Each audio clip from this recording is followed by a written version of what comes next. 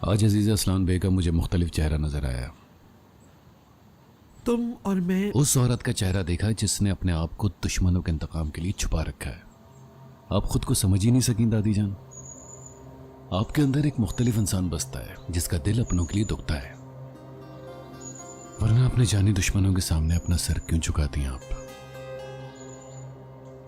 मुझे हैरान कर दिया, इतना हैरान कर दिया कि मैं फोटोग्राफ पर गुस्सा करना तो भूल ही गया, बल्कि अब तो आपकी और ज्यादा इज्जत करने लगा हूं। मैं आपको समझ पा रहा हूं, लेकिन आपको भी मुझे समझना होगा। जिस तरह आप अपने खानदान को बचाने के लिए चल रही हैं ना, आप जानती हैं बिल्कुल इसी तरह मैं आपको बचाने के लिए चलना चाहता हूं। ये बात जान लें।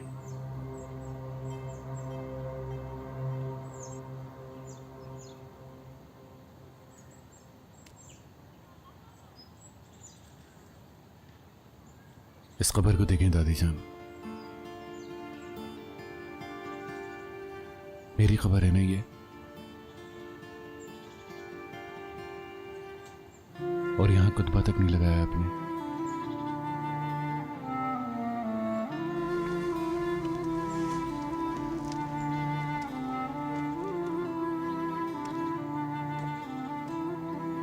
क्या दिख रहा है?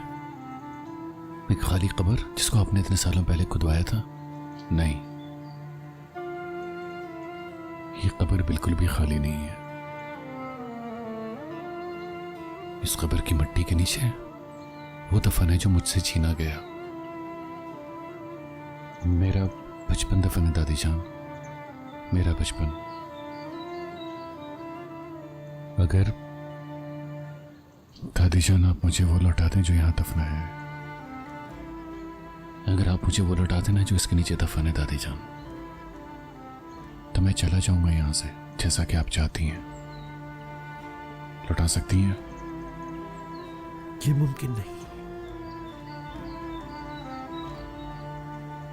बचपन वापस चाहिए, और तुम्हारी बाकी जिंदगी का क्या? तुम्हें अपने हाथों से यहां कैसे दफनाऊंगी? यही वजह है तुम्हें यहां से जाना होगा असलान।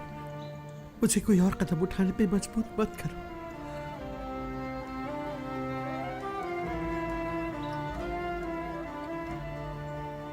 आखिरी बात जब इस बारे में बात हुई तो मेरी कब्र पर हुई दादी जान।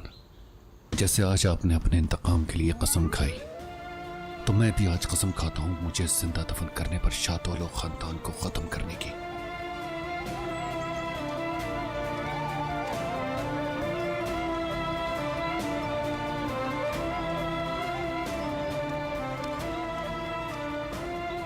तुम मेरे असला दुश्मन को तुम्हें हाथ तक नहीं लगाने दोगी। मुझे कोई हल तो ढूंढना ही होगा, ढूंढ निकालूंगी कोई हल।